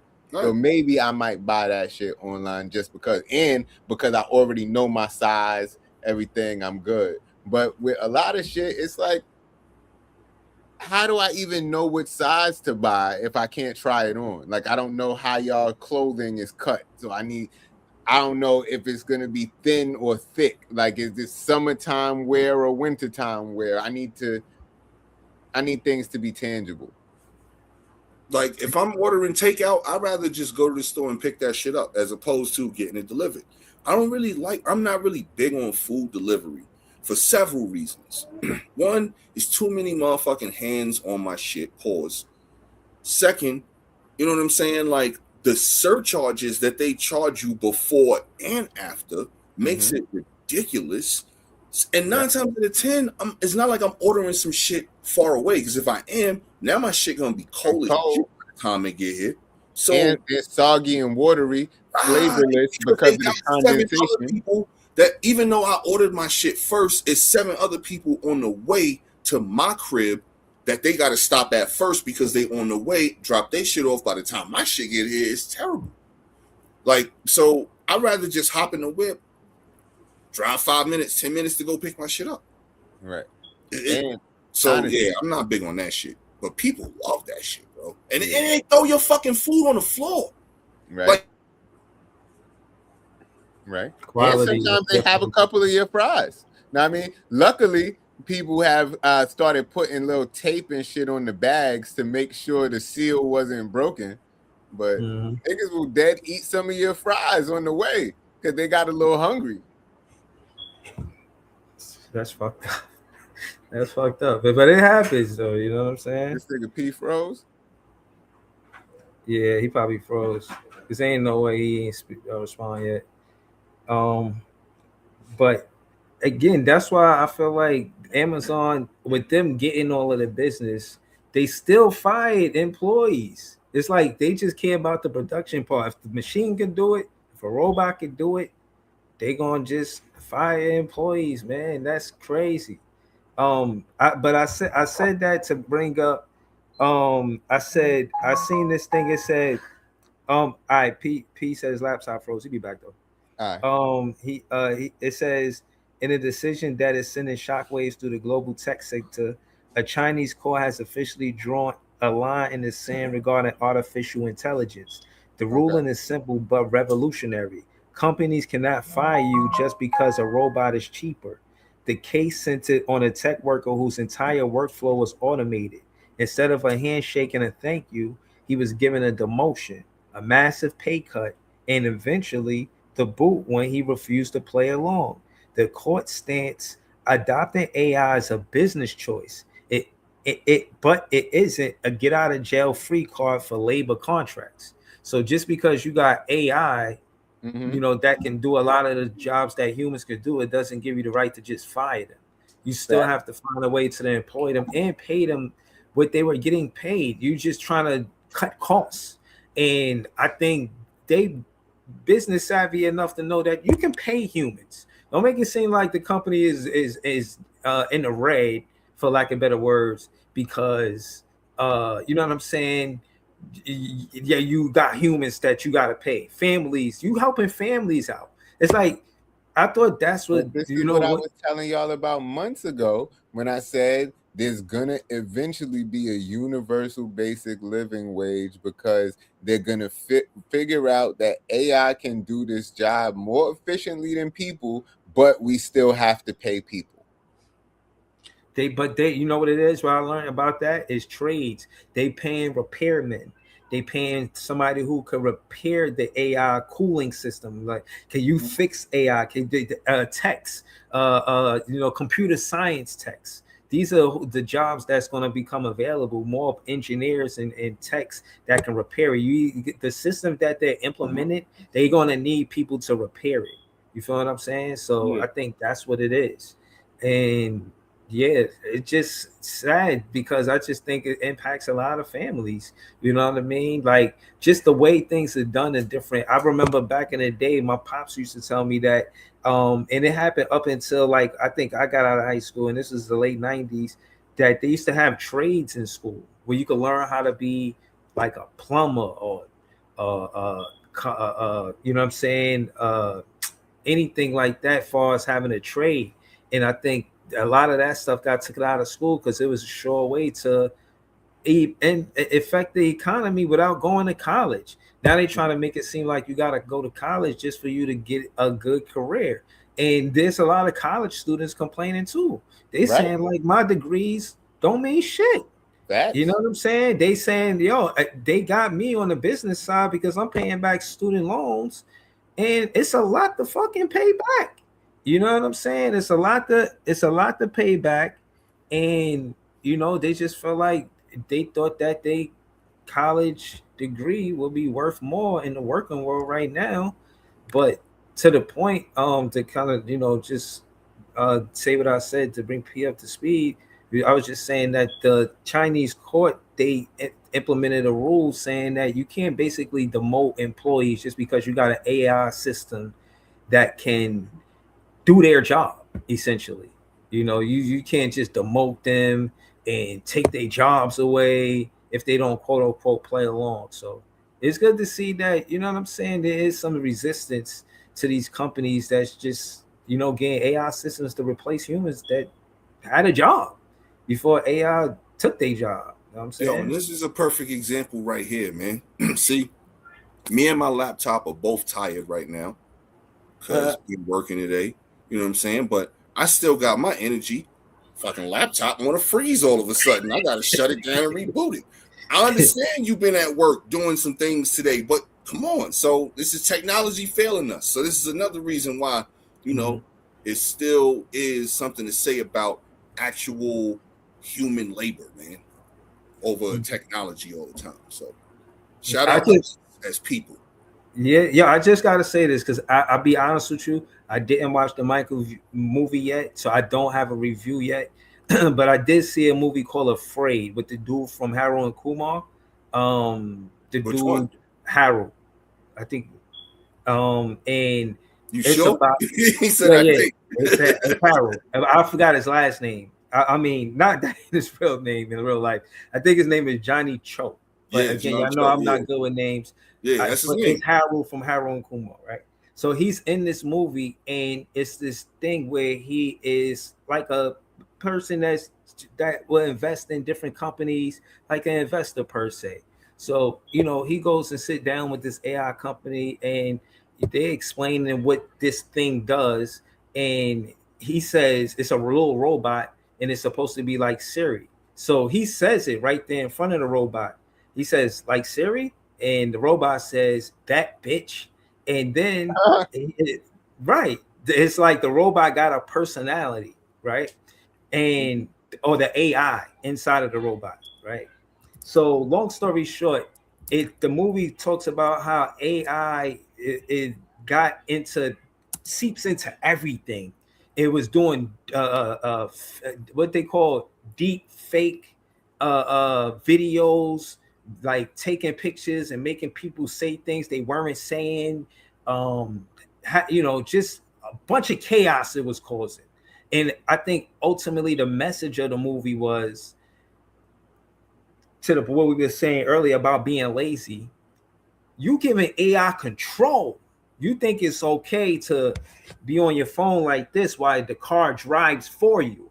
You think it's okay to let the car drive for you while you're on the phone like this. Fuck, like, yeah, like that's not comfort. That's control. And there's a scene where the car took control of the AI took control of the car and slammed the guy in the tree. So I'm saying that to say that some of the movies are even reflecting some of the things that we were saying. They're making movies about how AI can be dangerous if you give it too much power. If you give it too much control, you got cameras all over your house. You got a robot in your house. They know everything. Same thing said about you ain't never watched fucking Black Mirror? I did. I tried to get into. I watched like a few seasons, but then it just was too. I was like, this shit getting dark. Like I had to come away from that shit. You know what I'm Black saying? Mirror will definitely show you all the shit that can happen with AI, and they go deep into shit like that. But my thing is, I feel like the humans are just as scary, because you think there are more episodes of people getting into it with an AI driver or with a human driver. You can stop a human easier than you can stop a robot. You know what I'm saying? Because on the surface, yeah, we can power down the machine. But what happens when they go into their reserve power, their backup? They all do have that, and they can, get stronger. The more power we give them, the more they're going to be able to do shit like overtake what their normal program is, like shut down what their normal program is and do what they're supposed to do. Because Skynet, like he said, like I've been saying for months on this show, man, like, yo, man, it's only a matter before that shit materializes with the more power we give them. And that's why I don't want them to have no power. Like I want them, see, the laptop just froze up on me. Now, if I didn't have any power to shut it down and shut it back on, now it's a rogue laptop. And now who knows what you know what I'm saying? But I still have the ability to control it. So when we lose that ability as humans to not be able to do that, yeah, that's what I'm saying. Like, are we in a world where it's HI versus AI? Is it human intelligence versus artificial intelligence? And I don't want it to be that per se. I don't want it to be against them. I do think it could be a tool that helps, but I am reluctant to give them so much power. You know what I'm saying? And I think it becomes inevitable if you think everything's about comfort and convenience. If you try to take shortcuts in doing everything, that AI will take as much jobs as you give it. But my thing is, what it's learning from is what we're giving it. So it see all of the shit that humans did to humans. Right. You know what I'm saying? Imagine their database and how their perspective, if they had a perspective on what humans are. Like all of the history, all of the wars, all of the stuff that the public don't know that it know. Like, what would be the opinion of AI to humans? Like, what would they think about us if they could articulate their opinions? But they will be able to, the more power we give them. That's the thing. The shit is like, the more you keep feeding it, the stronger it's going to get. And unfortunately, like I was talking about earlier with the whole, delivery system process, we as a society, unfortunately, are just getting lazier and lazier and more reluctant on shit being easier. So the more that happens, unfortunately, the more power most people are going to keep feeding these machines, which eventually is going to lead to the takeover. Yeah, real shit. Yeah, but that's gonna be after we dead and gone. You would think and hope. I'm not 100% sure either, but I'm just saying. Right, you would think and hope. That's all I'm saying. But yeah, like fuck Waymo, man. I'm gonna always say that shit every time I get a chance. Fuck Waymo. Fuck whoever thought of Waymo. Fuck what your business practices are. I don't appreciate none of that shit, man. You ain't doing good for us, man. See, but this what I keep saying. Niggas be part of the problem. Because if you with all of this Amazon 1-day shipping and everything else, it's a slippery slope. All this shit go together. Because if in the Amazon, okay, so how would the Amazon? Yeah, school me on that. How would you say that it goes together there? Because I think people at the factories, yeah, but they're using a lot of AI to automate the practices. Like they be having Waymo type things to move one box to another place and all of this. Like AI is optimizing business practices across business, period. And the more you use it for one industry, other industries are going to want to use it as just as much to be able to save on whatever they trying to save on, cut corners with the AI. But like I was just telling Breeze, eventually that's why it's going to get to this universal basic income where they just going to give people money to not work so they can let the AI work, because they can't just like throw away the labor contracts and shit like that, because people are going to sue. Like Breeze was saying, that somebody sued because AI took his job and whatever. So they're going to eventually lead to the point where they're just going to pay people to not work, and AI is going to do the job. And then people will have free time to do other things that are less menial tasks. But when you have AI doing everything and then you don't know how to do these things anymore, then when the AI decides to say, fuck you, we're not doing it anymore, then how will you do it? Big problem. That right there, see, like, we gotta stop offloading shit that we don't want to do onto, other people or machines, so to speak, in this situation, man. Yo, man, we just gotta stop being so lazy as a society, man. Like, for real, we really do, man. Because that's the shit that's kind of killing everything, man. Yeah. I wanted to find this shit I wanted to talk about real quick, but I don't even know what this shit. I know, I don't want. This is bad news, but whatever. Y'all heard about that hantavirus shit? Yeah. But it's basically when I seen the breakdown of it, it was like they was inhaling rat shit. And correct me if I'm wrong.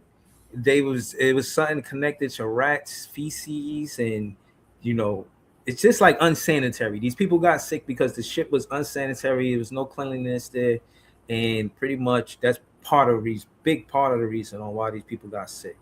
And it's a dangerous virus, is what they say. I don't know how true it is. You know what I mean? Yeah, it's they say that they think up to 20 people may have gotten off of that boat that were contracted this virus, and are now worried about where they possibly have went. So here we fucking go again. Stay tuned. Let's see what the hell is about to happen, because shit is crazy. Just, keep watching, because that's something that it may go away and be nothing, but shit, we all know what happened 6 years ago. So right. That's what I'm saying. I don't want. Hopefully nothing happened. You know what I'm saying? Ain't no bullshit. But I'm just reporting the news, man. We stirring the pot. I don't know if y'all heard about this, because it didn't happen yet. but I wanted to bring it up to see if y'all did hear about it. It says the reported 3.9 billion Padres deal will make history, with Kwanzaa Jones set to become MLB's first black woman majority owner. I'm just Can I putting stop you real quick, bro? I Yeah, seen that, and then I did more investigation on that, and it's not her, it's her husband. okay. Her husband is like some big something. He's buying the team. I mean, obviously she's attached to it because they're husband and wife, but Right. she's not the one brokering the deal. She's not the one financing the deal. She's not going to be the one to run the team day to day. So when I saw that, I was real hyped for it. And then once I did some more research on it, I was like, I hate when fucking people just want to do It's clickbait. kind of like misleading. Clickbait. That's what it's Yeah. called, bro. It's called clickbait. Yeah, they definitely. Yeah. But yeah, that's long energy. her husband is some I forgot what he does, but he's got crazy bread to pay 3.9 billion for a team.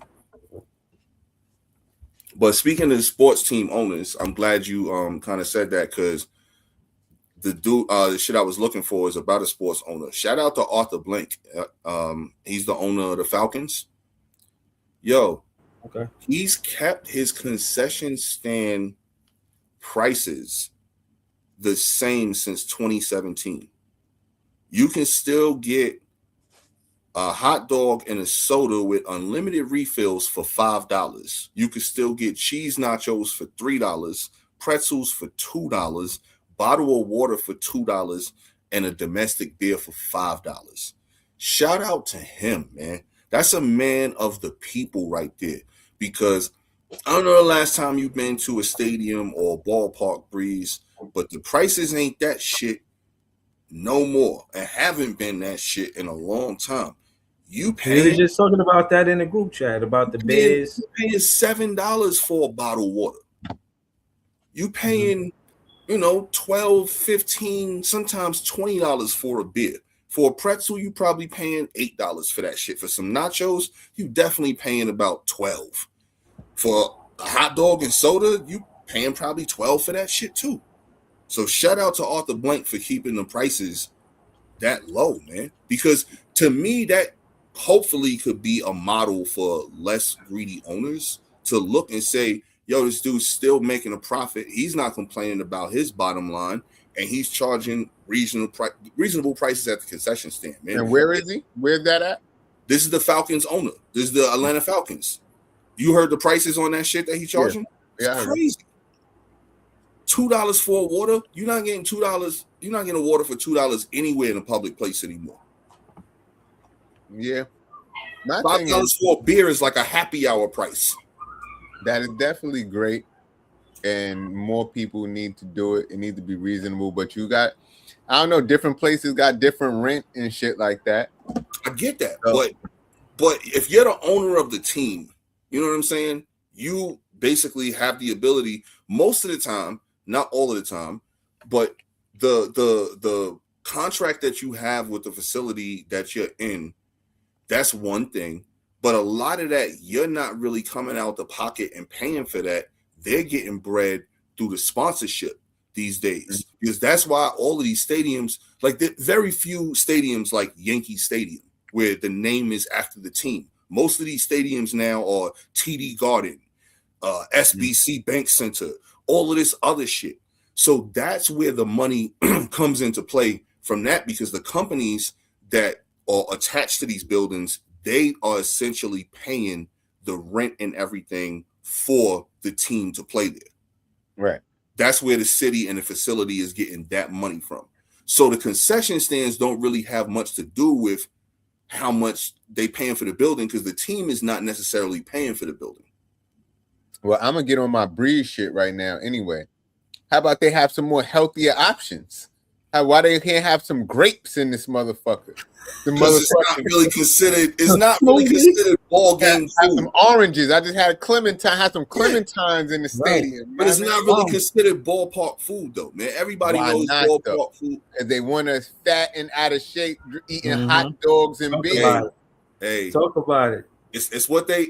And I it's get what the they've prices always are done. good. The prices are good, but how about give us some healthy options as well?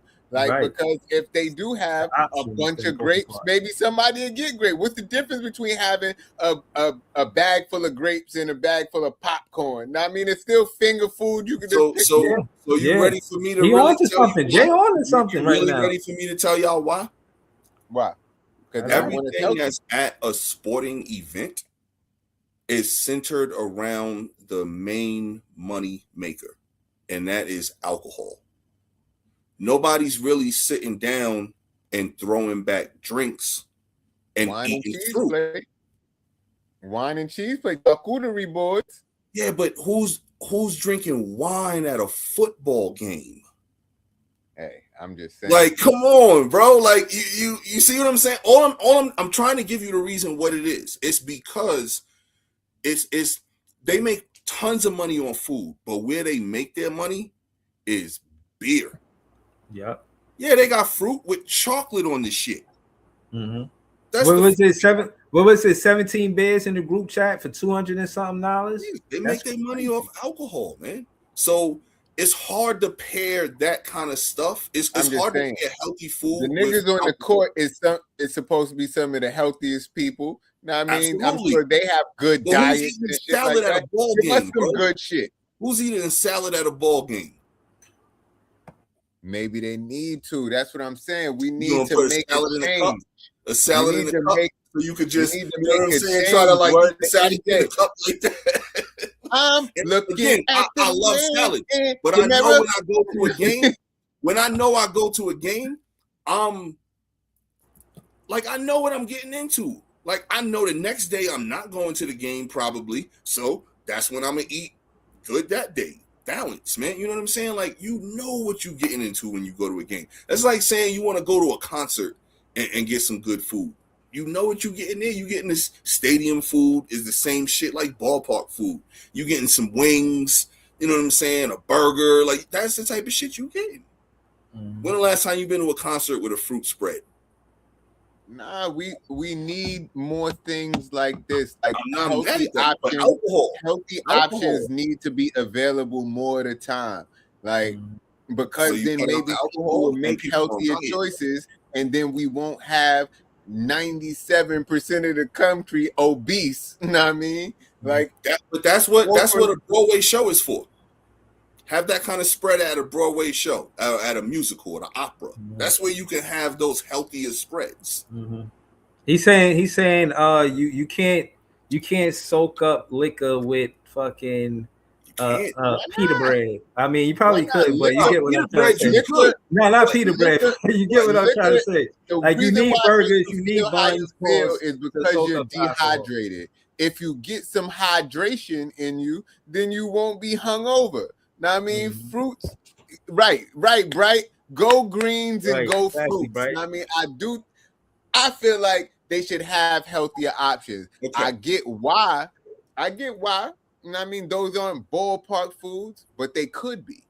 Nah, bro, they couldn't be because I'm gonna tell you this: if you done had a couple of beers and you do need to soak up the liquor, the worst thing you need to now do is combine it with something that has as much sugar, if not more, than the original alcohol, because alcohol has a lot of sugar in it. People don't realize, and so do natural fruits. Second of all, you're soaking up something that's liquid with essentially more liquid, because most fruits have a high content of liquid. So you're not really soaking up anything. That's why you need that doughy, bready, thicker kind of shit to soak up the alcohol. Right? I feel you. That's I all. feel you. You're right. Yeah. You're right. See, ladies would love to eat. You see that? Okay. Ladies would love to eat grapes No and offense cheese. no offense to Chantel, but they're not marketing at ball games, especially not football games, for that necessarily. Like that's not the demographic, the key market. The key market is they're looking at males 21. The key market is to to give 50. you tube meat that's going to give you cancer in 30 years and eat 70 of these hot dogs. Again, I hear what you're saying, bro. But if it's the beer that they're pushing, how are you now going to ask them, oh yeah, we're gonna push all this beer, but we want you to be healthy too. No, it's gonna be a lot more vomiting going on in the stadium. Hey, they give you an orange with your Blue Moon. They give you a cherry with your goddamn old fashioned. Like that's all now absorbed the alcohol and it's no longer healthy anymore. They're giving you a lime with your margarita. Let's get some real fruits in there. Now, I mean, some real fruits, some vegetables, and let's make that part of the ballpark food. Well, what Bright said, my bad. No, again, to Bright's point, an excellent point. But again, like I'm saying, now you're gonna alcohol, especially when people overdrink, and we all know people tend to overdrink at ball games. We see ball game fights all the time. We see people falling on their ass all the time. So they basically want you to come buy as much liquor as possible, get fucked up, to then chase that with fruit is not necessarily the smartest thing, because a lot more sugar is. Wait, time out.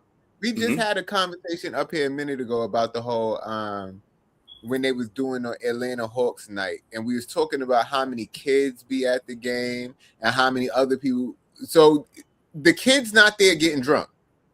No. They could have fruit options and shit like that. Like they can't be. I'm pretty sure they do have fruit options. Like, I'm not saying there's not fruit options there, bro. So like I don't be seeing them. Okay, well, they do have options for fruit. To Key's point, they got fruit at the Rocky Stadium. A lot of it got chocolate on it. It's like chocolate-covered strawberries and chocolate-covered banana slices and stuff like that. They have that there. I've seen that there. You know what I'm saying? But you find one of those stands, two of those stands around. Everywhere else, you're going to find the pizza, the burgers, the wings, the hot dogs. You're going to find that everywhere. Just like you're going to find the beer stands more than anything. The shit that's going to kill you. And how about we peddle less death and more health? That's a different topic. No, that's the topic that I was talking about. No, but in order for that to happen, now you even have to go to the commercials that are associated with sports. Because again, what are the commercials that you see the most of when you are watching a game, especially football, which what we were talking about, the Atlanta Falcons? Beer, beer, beer, beer, beer. That shit, do you know how much business model is to sell alcohol of just beer? I'm not even talking about hard alcohol. I'm just talking beer right now at this point. Yeah, that's what I'm saying. That's they are synonymous with each other. It's their business model, and to the point. I just had a margarita just now, then had some grapes and an orange, and I'm fine. I mean, you had a margarita. Exactly. Seemed like a perfect combination to me. But bro, you had a margarita. If you're going to a game, they are not hoping that you just had one margarita, because if you went to a game and just had one margarita, that is a failure to them business-wise. But they're not worried because they're going to make it up with the next couple of people. My point is, they are encouraging over drinking.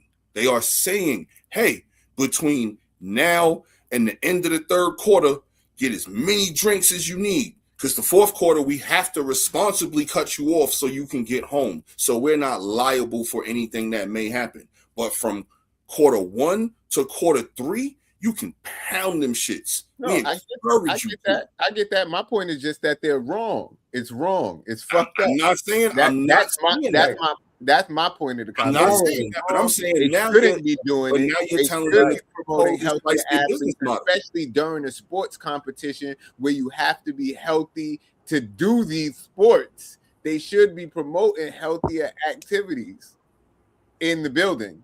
You got to start with, like I said, you got to start with the commercials first and foremost, and you got to trickle down from there. Mm-hmm. It's a far reach. For this to actually happen, because I do understand the business model. Morally, Jay, you're right. Morally, you're right, but business wise, I don't see it happening. You know what I'm saying? That shit is a mountain, a hell of a mountain to climb to be able to do that. You would have to basically rewrite what the foundation of sports marketing kind of is. Shit. Sports marketing is Gatorade. You barely see Gatorade in that motherfucker. Sports marketing, it was Gatorade because of Mike. That was really about it. Like, it ain't. Yo, I just seen D Fox from the Spurs. He was sitting at the podium after a game, and they had a bottle of Gatorade sitting out for him. He was like, "What's this Gatorade? I don't know. I don't drink this." And they was like, "Why you don't drink it?" He was like, "You see how much sugar is in this?" Yeah. Yeah. He was like, "I don't drink nothing called Aid." Again, sports marketing. That was the Mike effect, yo. That's the crazy thing about it. That was the Jordan effect. That Jordan was so big at that time that he made Gatorade go crazy, and then it had so many other like copycats after it. Mm-hmm.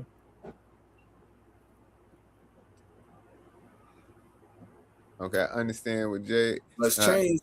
Totally get that again. But again, you're asking the whole entire foundation of sports marketing to take a 180. And that right there, there's a lot of filthy, rich, greedy billionaires that ain't trying to do that shit. Yeah, man. Listen, they marketing shit to kill us all the time.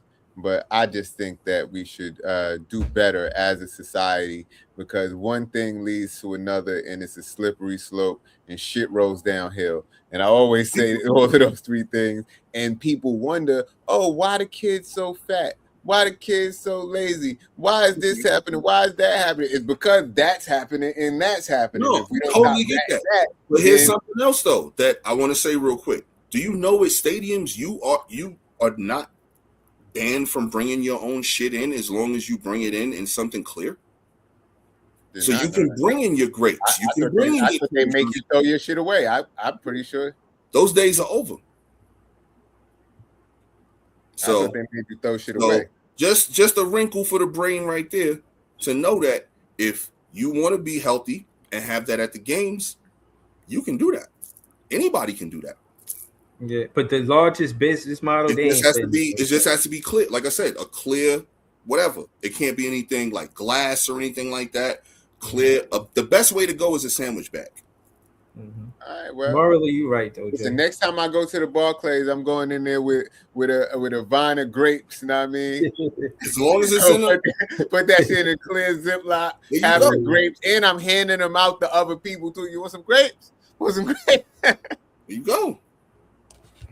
Yo, Shen, you see Chantel? What you say? Yo, cause like that's a fact. I love at baseball games, especially. I love the old school like dry roasted peanuts. You know, the ones you got to crack the shell, and you know. I like to sit there at a baseball game and eat those. You just throw the shell on the floor. It's outside, stadium or whatever. So I never pay for the bag in the stadium because that shit is like $12 for a bag. I just go to the supermarket and get a $2 bag, and I take the shits out of the bag that it's in because sometimes, it might not be clear, and put that shit in a Ziploc, and I got my fucking bag of peanuts for $2 instead of $12. Go to Five Guys, get them shits for free. I mean, go to Five Guys. You really want to, you know what I'm saying? You really want to get. Get the complimentary ones, throw it in the bag before the game. Just but you ain't even gonna buy a burger. Don't buy a burger or nothing. Just walk in there and taking see, that's wild right there. Just walk in with the Ziploc bag. Right? Ain't nobody gonna stop you. Life hack. It's fucked up, man. I can't do that. Yeah. See, when I was younger, I got no problem doing shit like that. Now I can't do shit like that, man. I gotta at least buy a beverage or something, man. They complimentary, man. Yeah, with your patronage of the restaurant, man. Like that's what it's complimentary with, man. It's not complimentary just because you so happen to be walking by Five Guys and say I want some peanuts and I'm gonna just take these shits. The same way, like if you walking past one of these stores and you thirsty, you walk in and get a water cup right quick. That's stuff without the burger, bro. Exactly, man. Nah, that is exercising your constitutional right to take or at least some fries, man. You can't go wrong with the fries. Greasy ass fries. Nah, they will be greasy all the time, man. It depends on which one you go to. I done been to some Five Guys bag is always greasy. Like no matter what you got in the bag, when you get home with the bag, you put that bag greasy. The quality of what you get is always gonna be where you're getting it from. You know what I'm saying? Yeah, like there's Five Guys in certain neighborhoods that I probably wouldn't go to, and there's Five Guys in other neighborhoods that I'm like, yeah, I'm gonna go to this one because the people that are working there are taking better quality of the shit. You know what I'm saying? Like they care a little bit more when they come to work instead of a motherfucker just coming to work like, man, fuck this job. I'm about to just use this same old dirty ass grease all day or whatever. You know what I'm saying? I thought the greasy bag at Five Guys was part of their signature. Like that's their thing. They like a good greasy bag just to let you know. It's being wild. Like I don't think I've ever seen a Five Guys bag not get greasy. Never. 100% guaranteed greasy bag. It's part of their aesthetic. Yo, that's why did you notice that they don't put the fries just in the cup? They make sure you got a couple fries in the bag just to make. Oh no, it's more than a couple. It's more than a couple. They hook it like up. They give you some extra, like throw them shits in there. No, a small fries is a large fry everywhere else, man. Like for real. Right. Like a small fry is a large fry everywhere else. You don't. Like if you go in there and you order a large fry, they be like, "You sure? Like it's just you? You want a large fry? Like that shit is enough for 3 people, man." Right. They said the food ain't good if the bag ain't greasy. And the fries is fried in the peanut oil. That's why they give you the peanuts for free. You gotta get the burger with the A1. Get the A1 sauce on the burger, man. It's revolutionary. Real Bright, you funny as hell for this comment. Yo, but see, that's what I'm saying. It is level spelled backwards is level. It's all about balance, know what I mean? And I understand there is a time and place for greasy food. I get it. But I do think they need to have healthy options so people can have a choice whether they want to have the greasy food or not. But if y'all saying that people could bring in their own shit these days, that's news to me. Bro, they got salads once like around there. You know what I'm saying? It's not at every stand, but there are options there. Salads, fruit, stuff like that. That should be hidden. You gotta have the map to the stadium to find the kiosk that have a healthy option at every. They're not promoting that shit because they want you to get drunk. That's at every. Why you think the dudes walking around and the women walking around? Beer here. You don't hear nobody talking about no damn oranges over here. I got tangerines over here. Like, you know what I'm saying? Every 2 minutes, you hear somebody talking about beer here, ice cold beer here. Mm-hmm. You hear that shit more than you hear the whistles. If they had somebody walking around saying fresh peaches, somebody could be like, "Oh, nah, give me one of those." Not selling apricots, man. Somebody. What you say beer here and it's fucking hands, yo, over here, everywhere, bro. It's not just one person raising their hand. It's not just somebody. It's the majority. That's and then maybe it's more about money than it is anything else, man. And the crazy thing about it is so many people don't realize that. So many people, like, yo, I love sports. Y'all know that. Love this shit.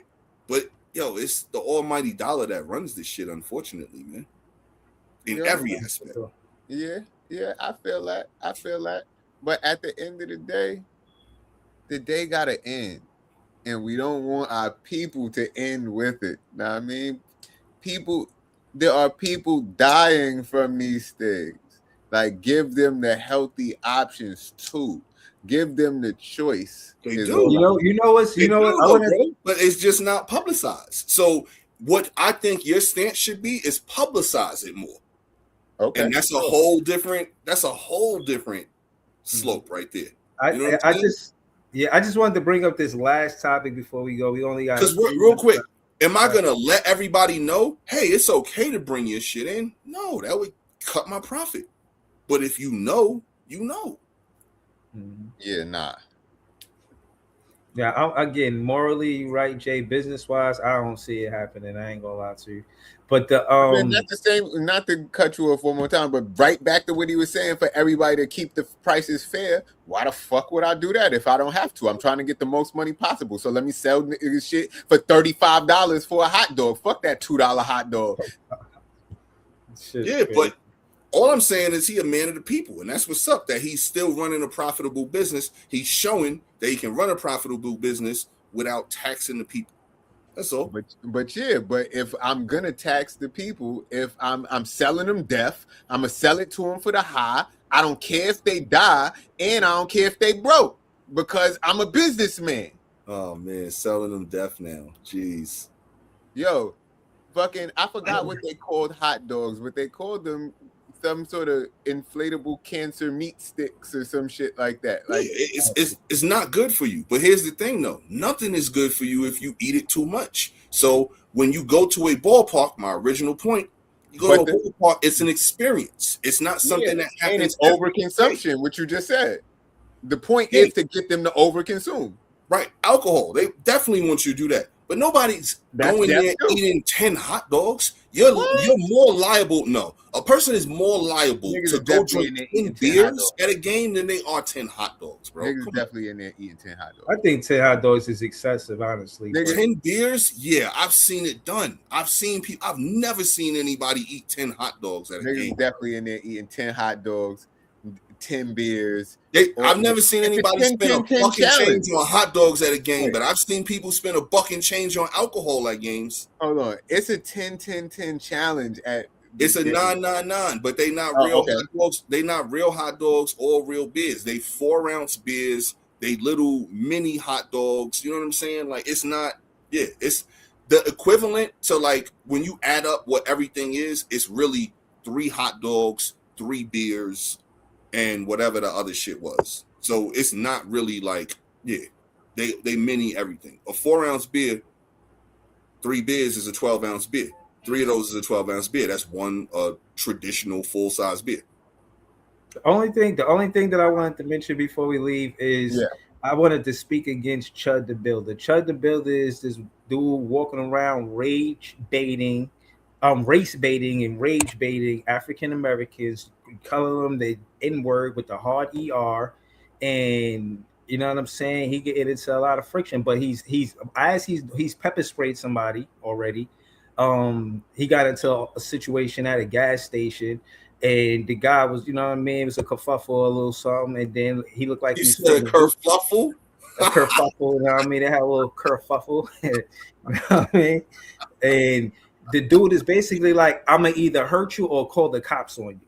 So it's like, bro, you come out, you the one, he's initiated, and then when there's like some, you know, dust kicked up, he's like, oh, you're chimping out. So he's calling African Americans chimp. He's saying they're chimping out when they have pushback to his antics, and he's running up on them, calling them the hard ER. He's been getting a lot of pushback. He was doing this on a platform. Where is this at? Texas. Okay, that's important to know. Yeah, different places in Texas, and for the most part, you know, he got a lot of pushback. He was doing it on a platform called I think Kick, and they kicked him off the app for that shit. It said, well, what I've seen as a recent, for the last 3 days, they knocked him off of the app, and you know, basically saying this kind of content isn't acceptable. You can't be on our platform running around race baiting, rage baiting. There was a scene that I listened to where the cop actually came like, yo, you called us, but you the one starting the trouble. Like, you know, you're not supposed to do that. You know what I'm saying? You're not supposed to, you know what I mean, run up on African Americans and tell them, you know, call them N-words with the hard ER. You're not supposed to do that. You're the one kind of engaging the you know what I'm saying, the altercation. It's like you're trying to egg them on to attack you. Why, again, in Texas, and to your point, P, it is important to say that it's in Texas, because there was a time where a guy, he seen him and he was like, yo, you know, this is an open carry state. The dude tried to build it, was like, I got it on me. Dude was like, I got it on me too. So we should, you know what I'm saying, watch how we talk to each other. It sound like this dude doing this shit for views and likes. Obviously. Man. That's why his name, Chud the Builder. Like, come on, that just sound like, yeah, man. I just wanted to speak against it to say race baiting and rage baiting ain't cool. I wish you stopped doing that shit. Fuck out of it. I don't give energy to things that I don't really care about, or because you just add to the algorithm.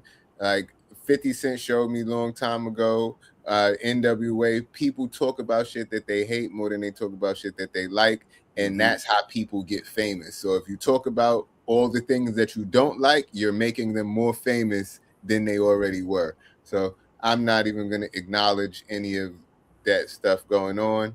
But, you know, peace, positivity, loving, holding hands, and kindness. You know what I mean? Okay.